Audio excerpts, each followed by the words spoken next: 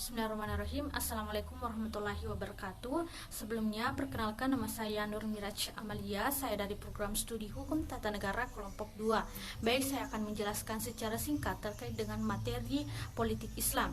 Adapun materi yang saya ambil yaitu tentang pemikiran Al-Mawardi. Langsung saja, nama lengkapnya adalah Abu Al-Hasan bin Muhammad bin Habib Al-Mawardi Al-Basri. Ia lahir di Basra pada tahun 364 Hijriah. Ia adalah seorang ahli fikih, ahli hadis dan pemikir politik. Ia dikenal sebagai tokoh terkemuka mazhab Syafi'i pada abad ke-10. Ia merupakan seorang pejabat tinggi pada masa dinasti Abbasiyah dan hidup di masa kemunduran dinasti Abbasiyah.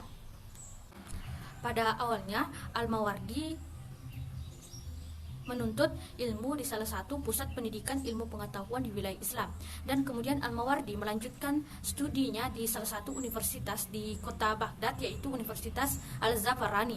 Dan kemudian Al-Mawardi memutuskan untuk tinggal di Baghdad beberapa tahun dan kemudian ia mengajar di sana. Dan Al-Mawardi disitulah juga menulis beberapa buku dalam berbagai bidang. Dan kemudian Al-Mawardi mempelajari ilmu mazhab Syafi'i, dan Al-Mawardi menganut teologi Sunni karena gurunya berasal dari golongan Sunni, maka corak pemikirannya mengarah ke Sunni. Selanjutnya, pemikiran Al-Mawardi yang pertama yaitu asal mula tumbuhnya negara. Al-Mawardi berpendapat bahwa manusia itu adalah makhluk sosial. Akan tetapi, Al-Mawardi memasukkan unsur agama di dalam teorinya. Manusia adalah makhluk yang paling memerlukan bantuan dari pihak lain dibandingkan dengan makhluk lainnya. Dalam pandangan Al-Mawardi, agar negara dapat ditegakkan, dari segi politik, ia mempunyai 6 unsur. Yang pertama yaitu agama yang dianut dan dihayati sebagai kekuatan moral. Yang kedua yaitu penguasa yang karismatik, berwibawa dan dapat dijadikan teladan. Yang ketiga, keadilan yang menyeluruh. Yang keempat, keamanan yang merata. Yang kelima, kesuburan tanah yang berkesinambungan. Dan yang keenam, harapan kelangsungan hidup. Al-Mawardi selanjutnya yaitu hukum menegakkan imamah atau kepemimpinan. Pemikiran Al-Mawardi yang terkait dengan imamah atau kepemimpinan. Imamah atau kepemimpinan yang dimaksud Al-Mawardi dijabat oleh khalifah atau penguasa, raja, pemimpin, dan kepala negara.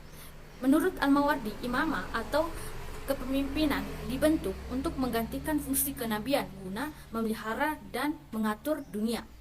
Orang yang berhak dicalonkan sebagai kepala negara harus memiliki 7 syarat. Yang pertama yaitu adil dalam arti luas. Yang kedua, punya ilmu untuk dapat melakukan ijtihad di dalam menghadapi persoalan-persoalan tentang hukum. Yang ketiga yaitu sehat pendengaran, mata dan lisannya supaya dapat berurusan langsung dengan tanggung jawabnya. Yang ketiga yaitu sehat badan. Yang keempat yaitu pandai dalam mengendalikan urusan rakyat dan kemaslahatan umum. 5. Berani dan tegas membela rakyat dan menghadapi musuh. Dan yang ke-6 merupakan keturunan Quraisy. Baik, itulah presentasi singkat dari saya. Lebih dan kurangnya mohon dimaafkan. Wassalamualaikum warahmatullahi wabarakatuh.